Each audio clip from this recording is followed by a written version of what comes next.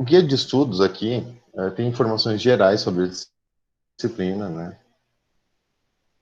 Então, nesse período de pandemia, a gente tem um regime especial, né, que é a duração da disciplina, de todas as disciplinas, né, da UFMT aqui são de 85 dias nesse semestre.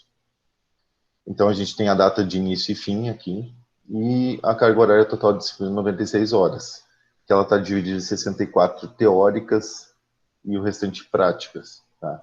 As práticas, normalmente a gente faz em laboratório, mas tendo um computador em casa é o que a gente precisa para essa disciplina, né? Então, acho que para os cursos que a gente está atendendo aqui não seria problema. O objetivo da disciplina aqui é trabalhar com o aluno uma visão geral sobre o projeto e a implementação de algoritmos para problemas que exigem o processamento eficiente de dados. Então, mais ou menos o que eu falei para vocês, que a gente começa a trabalhar pensando em eficiência dos algoritmos, não só em resolver um problema. Tá? Fazer com que o aluno desenvolva a capacidade de analisar, depurar e desenvolver programas que utilizem ou combinem diferentes estruturas de dados. Tá? Aqui eu não vou ler um item por item, está disponível para vocês. Aqui fala até um pouco das estruturas, tá? Mas tá, como está disponível, se alguém tiver alguma dúvida, pode depois mandar uma mensagem lá no AVA ou perguntar aqui mesmo durante a nosso encontro. Aqui já entra uma parte com um pouquinho mais de explicação. A gente separou o conteúdo em 6 unidades, tá? Aí eu acho que o professor Fabrício também está online, se quiser se apresentar também. Mas, voltando aqui, as 3 primeiras unidades vão ser ministradas por mim, que é introdução, ordenação e estruturas básicas. E as 3 últimas unidades, que é estruturas ligadas, árvores e outras estruturas, que a gente englobou numa unidade especial aqui, né? Vão ser ministradas pelo professor Fabrício, tá? Aqui tem o dia de início interno de cada um, é uma previsão, a gente quer seguir isso, né? Mas eventualmente acontece algum imprevisto, né? Mas esse é o nosso planejamento. E o peso atribuído a cada uma dessas unidades, tá bom? Os requisitos para participar, todos vocês cumpriram, senão não iam estar aqui matriculados, né? Que ter cursado pelo menos os algoritmos, tá? Uma mensagem introdutória aqui para vocês também. Tá? As estratégias aqui, por se tratar de aulas remotas, a gente tem alguma coisa diferente, principalmente quem já foi meu aluno em outras disciplinas sabe que eu uso bastante o AVA, já usava antes, né? Só que agora é o recurso principal que a gente tem. Mas fora isso, a gente vai utilizar algumas coisas, alguns recursos que a gente tem online, que eu vou disponibilizar para vocês. Às vezes algum vídeo de alguma explicação de parte do conteúdo, feito por outra pessoa. A gente vai fazer alguns materiais para vocês também, tá? Além desses encontros presenciais, né? Mas esses encontros não vão ser, eu pretendo não que eles não sejam tão frequentes, os presenciais, deixar mais para quando precisa de tirar dúvida e tal, e o conteúdo a gente montar mesmo um vídeo para deixar para vocês de cada parte do conteúdo ou disponibilizar outro material. Tá? Aqui hoje a gente está fazendo esse encontro síncrono, né? Justamente por ser a primeira aula e para a gente poder conversar e tirar algumas dúvidas também. Tem alguns simuladores online que eu vou disponibilizar para vocês, principalmente quando a gente estiver trabalhando com algumas estruturas, né, que ajudam a gente entender essas estruturas, o funcionamento delas. Tá? Estratégias de aprendizagem. Eu tenho partes que eu não vou ler tudo, de novo, né, está disponível para vocês, eu estou me atentando às partes principais. E uma delas que todo mundo sempre pergunta, então prestem bastante atenção nisso e leiam depois, se tiver alguma dúvida, é referente à nota, né, o sistema de avaliação. Então, o sistema de avaliação nosso vai ser composto por 3 avaliações, né, sendo as 2 primeiras valendo de peso de 0,25 cada uma, tá? Vão ser avaliações teóricas. Então, essa primeira avaliação A1 seria um dos 3 módulos, as 3 unidades que eu vou ministrar. O A2 seriam relativos aos 3 módulos que o professor Fabrício vai ministrar. E a última, que é o A3, que vale mais, né, vale 0,5 da nota, esse aí vai ser um trabalho. Tá? Então, vocês vão fazer um trabalho, vão fazer uma implementação, entregar a implementação, e aí, em cima disso, vai ser dada a nota e vai ser computado para a disciplina inteira, né? Então, a gente separou em partes, né? A parte teórica, mas a prática não, até porque a gente usa várias coisas no trabalho prático, né? Não é só um pedacinho do conteúdo. Tá? A gente não tem PF na disciplina, né? Então, a nota final, quem atingir a nota 5 foi aprovado, né? E inferior a isso não existe PF, aí é reprovado, tá bom? De alerto vocês que a disciplina costuma ser pesada, tá? Vou ser um pouco honesto com a maioria dos alunos, não é para todo mundo, tem gente que tem mais facilidade, mas é uma disciplina mais pesada, tanto que quando pediram para a gente ministrar essa disciplina no semestre passado, quando começou as aulas remotas, eu fiquei meio na dúvida de ministrar ela dessa forma, porque a gente não sabia como ia funcionar as aulas remotas. Agora, com mais experiência das disciplinas que são um pouquinho menos pesadas, já dá para a gente saber que dá para levar essa disciplina, assim, tal. Mas, assim como ela sendo presencial, ela vai exigir estudo de vocês, fora os vídeos e encontros que a gente fizer, tá? Então, peguem material, tentem dar uma estudada bastante em casa, implementar bastante as estruturas, mesmo as que a gente passar para vocês, que vocês vão ver a implementação, entendam e tentem implementar depois também, vocês sem olhar o que a gente disponibilizou. Tá? Bom, aqui o nome dos professores e tal. Então, é esse documento que está disponível para vocês lá no AVA. Por enquanto, ficaram com alguma dúvida? Se alguém quiser abrir o microfone para falar alguma coisa ou escrever, fique à vontade. Aí, então, por enquanto eu vou seguir. Se alguém fizer, pode me interromper aí, não tem problema. Tá? Bom, começar o conteúdo de hoje com noções de análise de algoritmos. Tá? É a primeira, faz parte da nossa primeira unidade. Tá? Tem coisas aqui, só um momentinho. Tá? Tem algumas coisas de complexidade que a gente vai ter que retomar mais para frente, porque a gente não viu o conteúdo, né? Uma parte delas é recursividade, então, qual é o impacto da recursividade na complexidade, mas quando eu estiver falando de recursividade, a gente retoma e fala um pouquinho mais dessa análise de algoritmos, essa parte aí, tá? Então, o que seria essa análise de algoritmos, né? Para todos vocês que já fizeram algoritmos, quando a gente passava um exercício, um trabalho para ser realizado, as pessoas, né, os alunos, desenvolviam de maneiras um pouco diferentes, principalmente as coisas maiores, né, os problemas mais complexos. É claro, problemas muito simples, às vezes nem tem muito como fugir, né? Os trabalhos, as implementações costumam ficar mais parecidas. Mas em trabalhos maiores, não. Então, é a mesma coisa como se fosse uma redação. Eu perguntar para vocês qual é o endereço de vocês. Vai ser tudo muito parecido, a não ser as respostas, a não ser o próprio endereço, né? Ou perguntar, sei lá, qual é o curso de vocês. E todo mundo vai responder uma resposta meio padrão. Agora, se eu perguntar para vocês como foi sei lá, me explica como você entrou na universidade.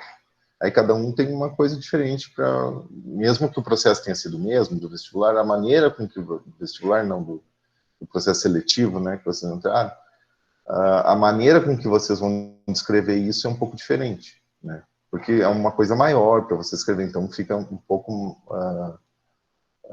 fica difícil de vocês terem um texto padrão para responder todo mundo a mesma coisa. E o mesmo acontece com algoritmos. Então, quanto maior o problema, mais diferentes serão as respostas que vocês vão dar através da implementação. Só que essas maneiras diferentes de resolver esse mesmo problema, né, esse problema hipotético, ele pode ter impacto na eficiência do algoritmo. Tá? E aí, o que a gente tem que se ater a isso, né? Que eu disse para vocês na disciplina de algoritmos, vocês resolvendo o problema, às vezes eu dava para quem foi meu aluno, às vezes eu dava alguma dica, olha, isso aqui não é tão eficiente, né? Dá para fazer de outra forma. Mas não era uma preocupação muito grande naquele momento. Tá? Agora a gente tem que dar um jeito de medir quão eficientes são os algoritmos, porque existem várias maneiras de fazer e existem algoritmos com propósitos bem definidos, como, por exemplo, a ordenação de vetores, que a gente, é parte da disciplina que a gente vai ver para frente. E para fazer a ordenação de vetores existem vários métodos. É um problema bem restrito, a gente sabe as características, só que dependendo da forma que a gente fizer, ele pode ter uma complexidade muito maior do que com outra implementação. Tá? Então, essa eficiência a gente mede de acordo com o tamanho da entrada. Então, se eu quiser, nesse exemplo da ordenação de algoritmos, se eu tiver um vetor de 10 elementos, se eu quiser ordenar, eu tenho como medir a eficiência disso e também depois transpor, se eu quiser, agora em vez de 10 elementos num vetor para ordenar, eu tiver 1000, ou tiver 100.000, tiver 1.000.000. Então, quando eu tenho muita diferença na eficiência dos algoritmos, quanto maior esse N, que é o tamanho da entrada, mais diferença vai dar entre as implementações. E isso que a gente tem que tentar medir. Tá? E isso se dá através de um custo computacional. Tá? Esse custo computacional a gente pode medir ele em tempo e em memória. Tá? Nem sempre as coisas andam juntas. Às vezes tem implementações que gastam muita memória, mas executam rápido. Tem outras implementações que gastam muito tempo, mas usam pouca memória. Tá? Mas o usual é que a gente tente reduzir os dois. Qual a forma que a gente tem de fazer essa análise? De ver qual é a eficiência de um algoritmo? A primeira forma é fazer análise empírica. Ou seja, eu boto o algoritmo para rodar e vejo lá quanto tempo ele demorou e quanto de memória ele consumiu. A gente tem formas de fazer isso. Né? E aí eu avalio o custo do algoritmo. Mas isso não é uma coisa muito boa. Né? Porque se eu pegar o mesmo algoritmo e passar para cada um de vocês, né, e eu executar aqui na minha máquina também, vai dar tempos diferentes. Né? Às vezes, memória pode dar diferente, porque dependendo do sistema operacional, ele pode ter um gerenciamento de memória diferente ou não, dependendo da linguagem que a gente está usando de programação, eu posso resolver o mesmo problema usando, sei lá, Java ou usando C. Então, vai ser exatamente o mesmo tempo que foi gasto para executar? Provavelmente não. Tá? A própria implementação, que eu falei para vocês, a forma com que a gente vai desenvolver o algoritmo, a máquina que está rodando, alguém pode rodar o algoritmo num celular, o outro num computador bem potente, né? Então, a gente não consegue fazer essas comparações. Para possibilitar a comparação, dizer que esse algoritmo é mais eficiente que o outro, eu tenho que executar nas mesmas condições. Eu teria que ter exatamente o mesmo hardware, o mesmo sistema operacional, a mesma linguagem. Mas também é uma coisa que não é tão boa, porque essa comparação só serve para mim. Eu tenho que rodar tudo no meu computador e aí eu sei como ele funciona.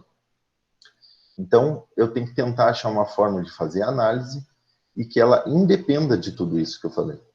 Que essa análise independa do sistema operacional, da linguagem, do hardware que está rodando.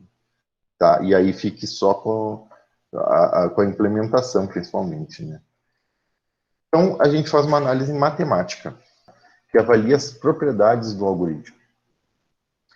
Então, essa análise matemática, a gente tende a contar apenas os custos dominantes.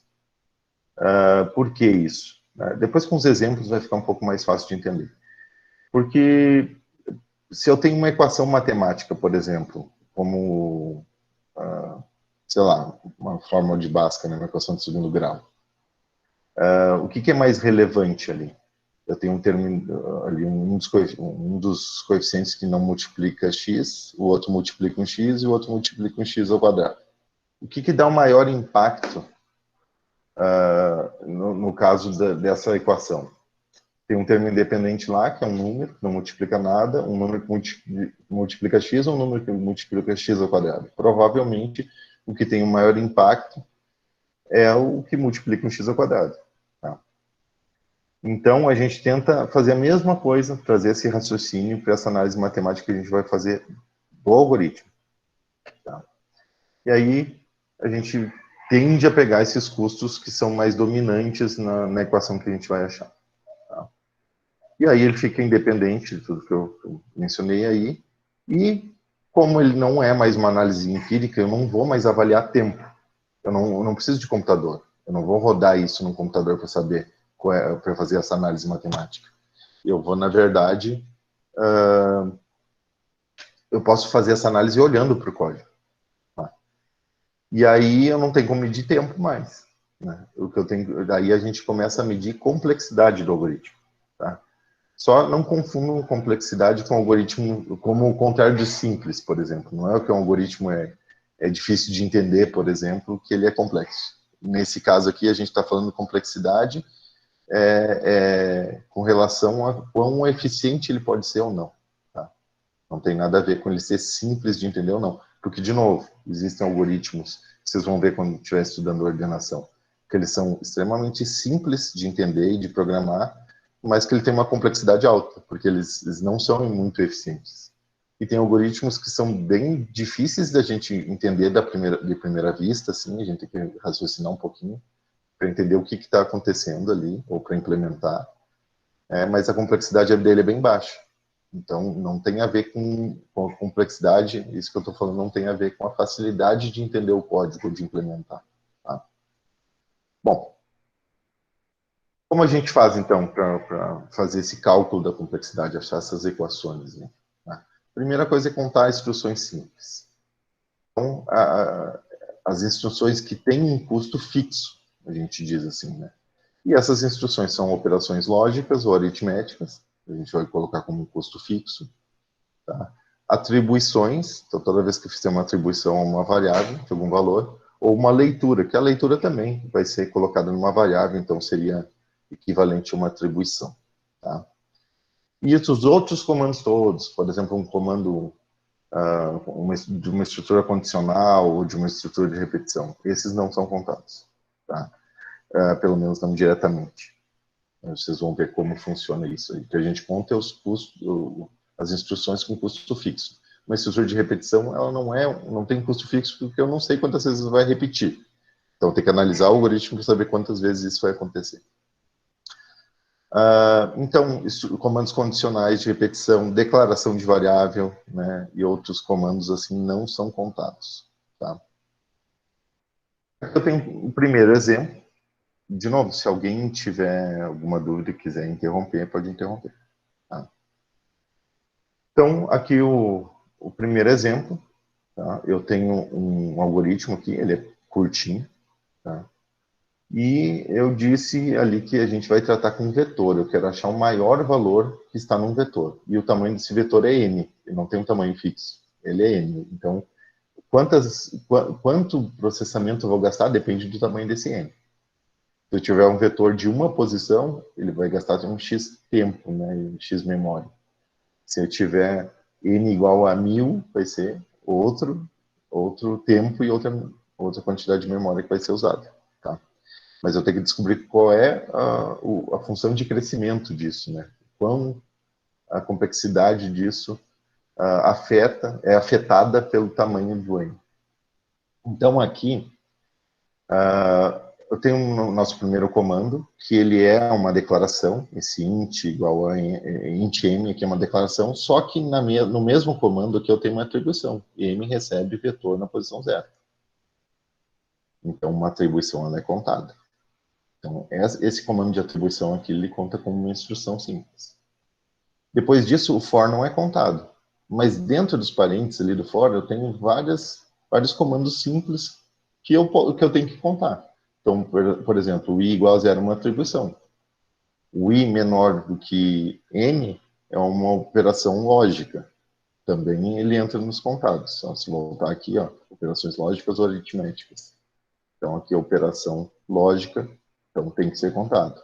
I mais mais, também é a mesma coisa, é uma atribuição de valor. Estou fazendo um cálculo e atribuindo o valor à variável. Então, conto como uma instrução.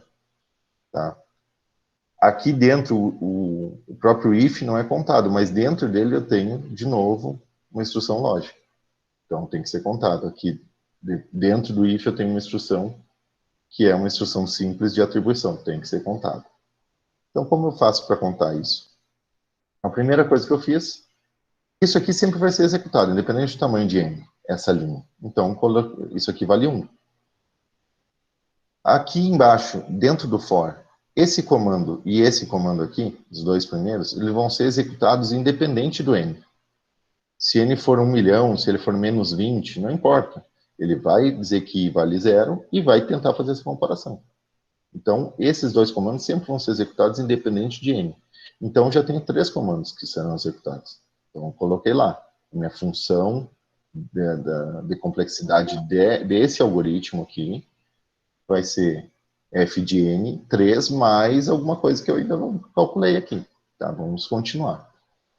Esse i entra, né, nesse cálculo aqui, ele é sempre executado. Eu sempre tenho que pensar isso. Quando é que ele vai ser executado? Se o n for 0, por exemplo, ou for um valor negativo, eu nunca vou executar esse comando. Porque ele vai executar o i igual a 0 e vai ver que i, que é 0 nesse momento, é menor do que 0, por exemplo, se n fosse 0. Não, isso aqui é falso. Se é falso, ele não vai executar isso aqui. Ele já vai pular tudo para o final do bloco do for.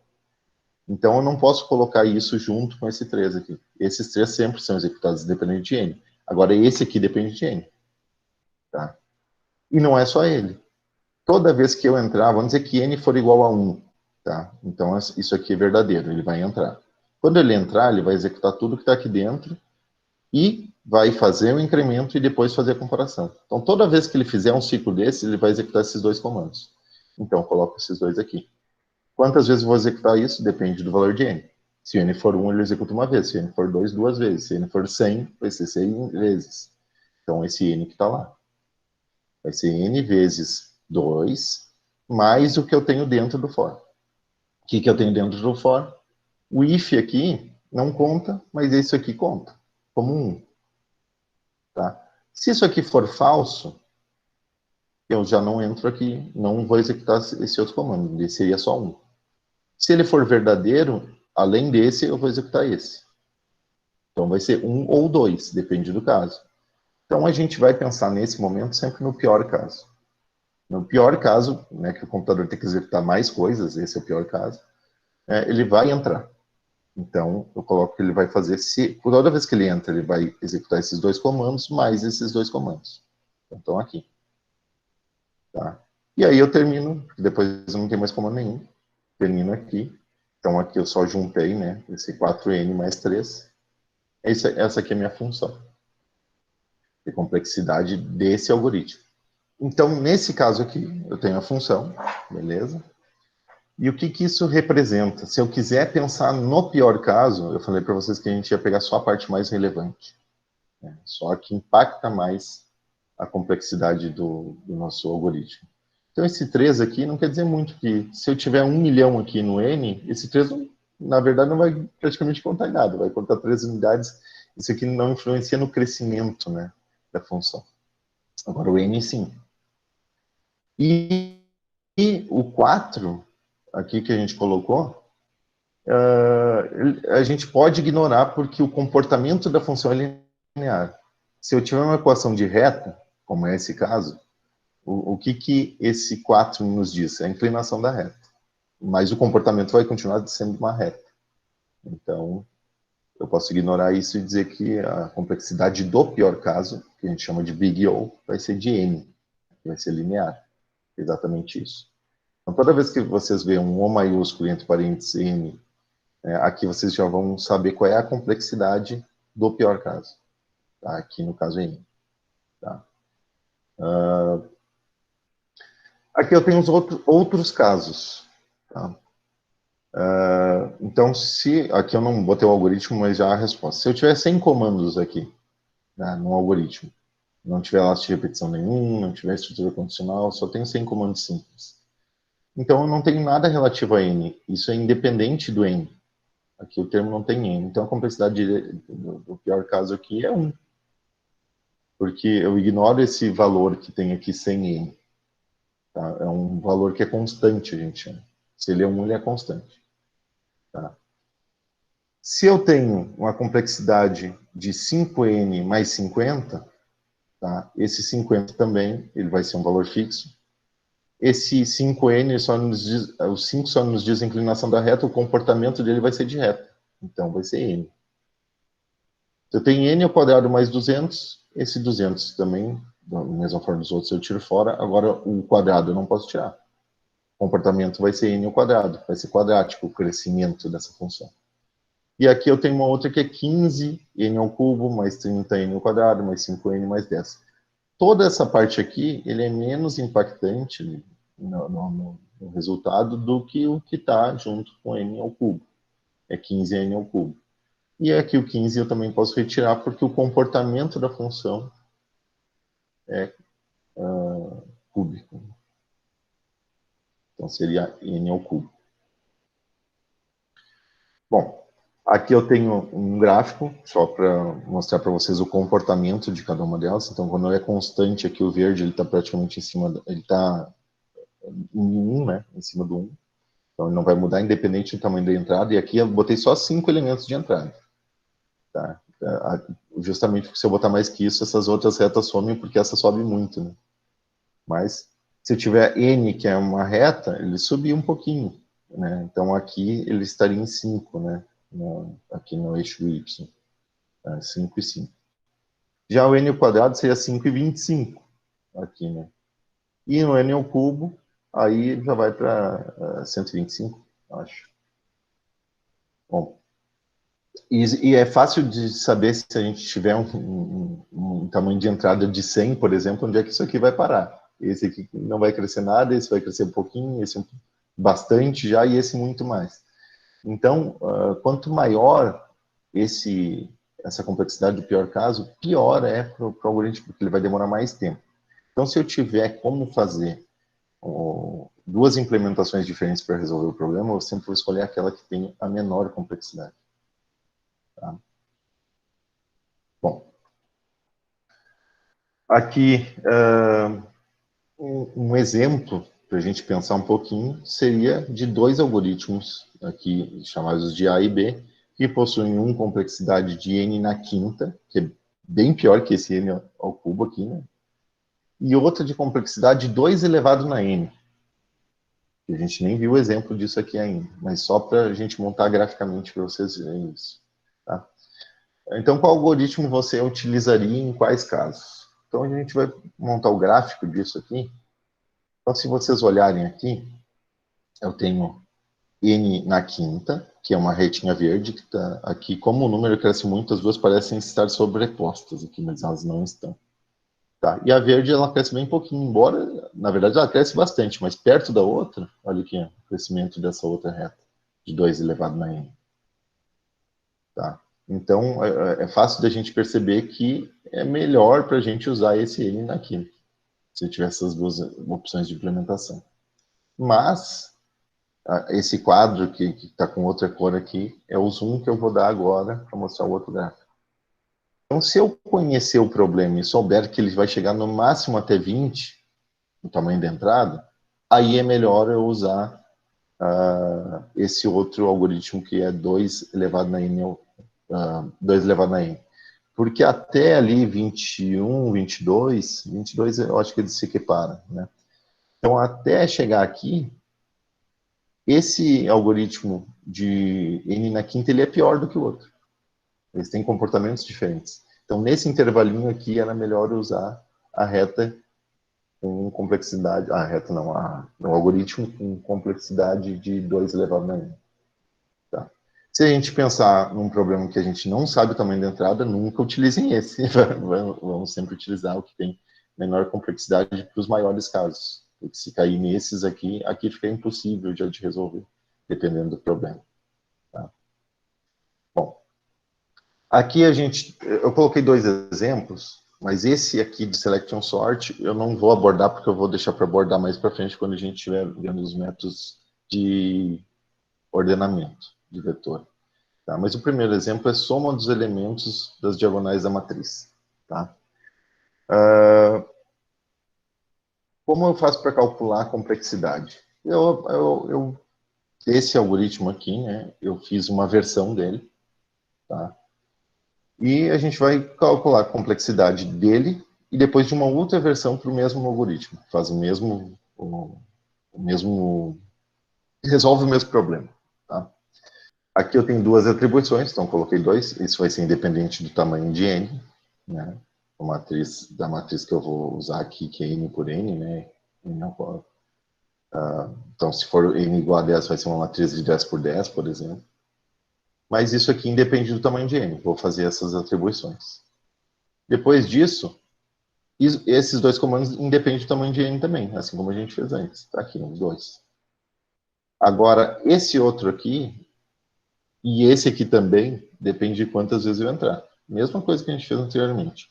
Então, depende do tamanho de N. Então, vai ser N vezes, vai multiplicar esses dois, mais o que está no interior. Então, está aqui, N vezes esses dois comandos, mais o que está aqui dentro. Então, está dentro do parênteses aqui, eu ainda não fiz essa parte que está aqui dentro.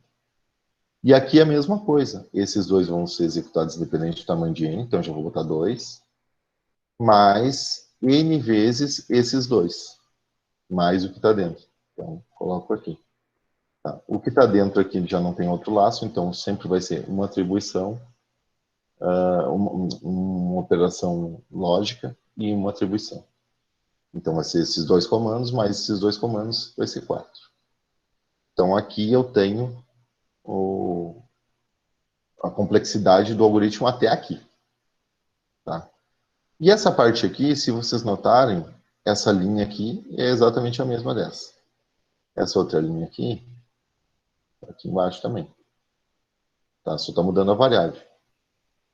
Nem a variável, eu peguei a linha errada, desculpa. Aqui está a mesma linha. Aqui a comparação é outra. Tá? Tem uma comparação e aqui é outra, mas a comparação é uma instrução simples, né? Então ela conta como 1. Né? Então essa é a comparação. E aqui o cálculo também só envolve outra variável, mas o cálculo é o mesmo. Então, eu posso dizer que a complexidade disso é exatamente igual a disso. Então, em vez de eu calcular tudo de novo, eu só vou multiplicar por 2 a complexidade disso aqui, dessa parte aqui. Então, aqui eu botei um colchete por fora, multipliquei por 2. Mas, e aí aqui eu tenho uma soma, né? Então, instrução simples, mais 1. Agora vamos organizar isso aqui e fica com 8n ao quadrado mais 8n mais 7. Né? Simplificando essa equação aqui da linha anterior. Então, essa aqui seria a equação que me dá a complexidade desse algoritmo. Que a gente já sabe que no pior caso seria n ao quadrado. Tá? Aqui eu tenho uma versão B desse mesmo algoritmo. Já é bem menor aqui, né? Lembra que não necessariamente o algoritmo menor ele é menos complexo do ponto de vista que a gente está analisando, de complexidade de análise de algoritmos. Tá? Então, aqui, os dois comandos independentes do n, esses dois aqui também, aí esses dois dependem de n, mais esses dois que estão dentro. Então, n na 4. São esses 4 que dependem de quantas vezes o n vai executar. E, por último, mais um comando de soma ali que tem embaixo, então, um operador aritmético. Então, aqui eu resolvo exatamente o mesmo problema. O que eu mudo aqui, que tem o índice aqui, que eu faço um cálculo aqui dentro, mas isso independe, então vai ficar 4n mais 5. Então, quantas vezes ele vai fazer esse laço aqui? Vai ser linear, depende do tamanho de n. Se n for 100, ele vai executar isso aqui 100 vezes. Se for 1000, vai ser 1000 vezes. No outro, como tem um laço dentro do outro, ele fica ao quadrado. Né? Então, nesse caso aqui, do pior caso, o big O aqui seria n, enquanto desse anterior seria n ao quadrado. Tá? Então, esse algoritmo é muito mais eficiente. Bom, com relação ao comportamento assintótico, tá? A gente define ele, como vocês viram nos exemplos, pela contagem de laços alinhados e recursão que influenciam na complexidade. Então, eu falei para vocês que, como a gente não viu os exemplos de recursividade, a gente viu um pouquinho no final da disciplina de algoritmos, né? Mas a gente vai rever aqui. Então, essa parte de recursividade eu não vou ver agora de algoritmos. Quando a gente estiver falando de recursividade, eu volto nesse assunto da complexidade aqui de novo, tá? Mas então a contagem de laços alinhados, que a gente já viu né, como funciona, e algoritmos sem laços e recursão tem complexidade constante. Então, se eu não tenho, em momento nenhum, nada que repita, e que tenha essa repetição tenha a ver com o tamanho da entrada, né? Eu posso ter uma repetição que não tem a ver com o tamanho da entrada. Então, ele considera como fixo também. Tá? Se eu não tenho nada disso, o comportamento dele é constante. Tá? Então, seria o caso ideal, né, para a gente. Aqui, então, calcule a complexidade do pior caso do fragmento de código abaixo. Então, um outro exemplo aqui. Então, tem dois laços alinhados. Então, a gente, se não quiser ver tudo certinho aqui, os cálculos como eu estava fazendo, o ideal é fazer. Mas aqui, olhando, observando essa parte em vermelho, outra parte em branco e outra parte em roxo, a gente já viu que tem um laço, dentro dele tem outro laço, dentro dele tem outro laço.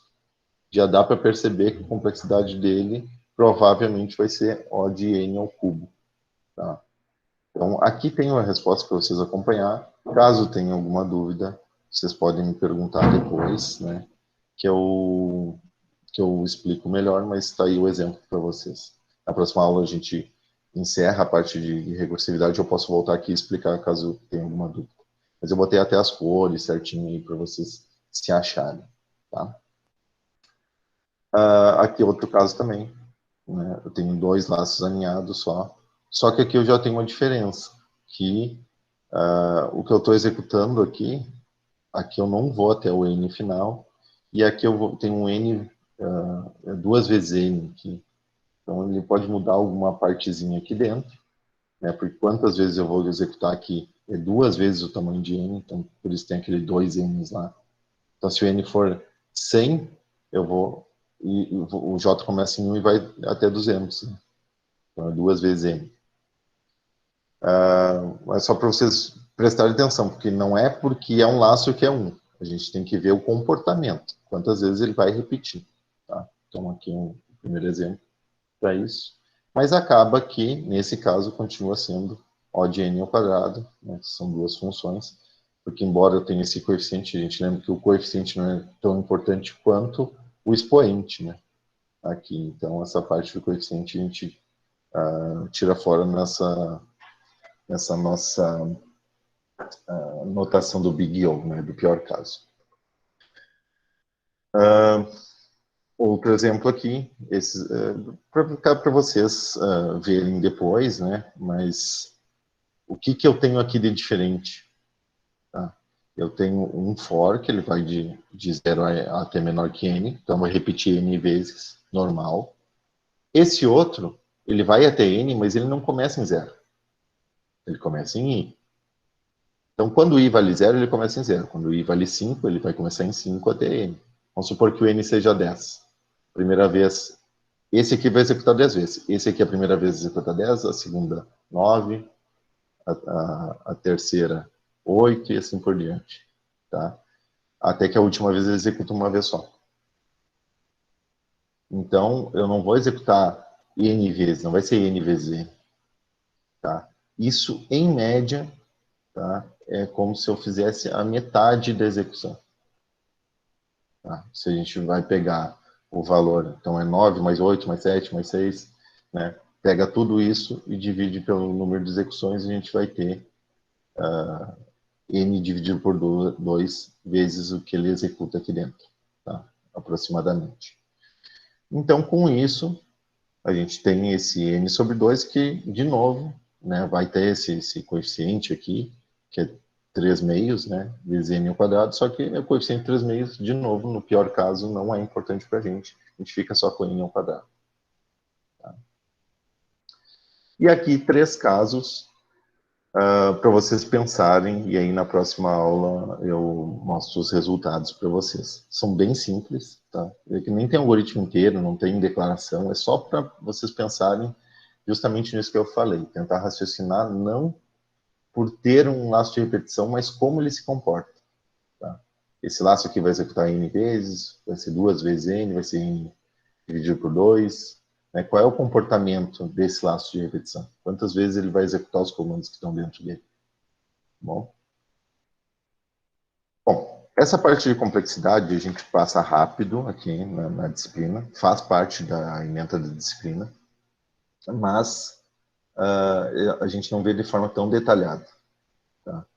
Eu mostrei aí alguma coisa do código, próxima aula a gente já encerra, mas por que a gente passa tão rápido assim?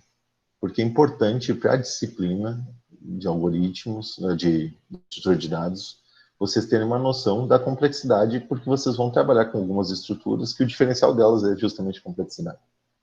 Mas por que a gente não entra a fundo, então? Porque vocês vão ter uma outra disciplina só para ver, assim, que se aprofunda bastante nessa parte de complexidade. E eu falei bastante de complexidade do pior caso, lá vocês vão estudar do melhor caso, do caso médio, e às vezes é importante do caso médio.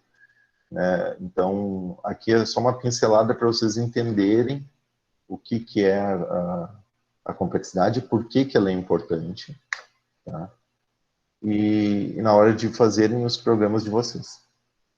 Tá? Mas não se preocupem se, assim, não ficou tudo exatamente muito bem entendido, porque vocês vão ver em outra disciplina futuramente. Tá? Tem uma pergunta aqui. Sempre que o crescimento for linear, a complexidade é sempre representada pelo N. Sim, o crescimento linear é N. Tá? É isso aí mesmo. Se ninguém tiver dúvidas, tá? Aí a gente pode encerrar.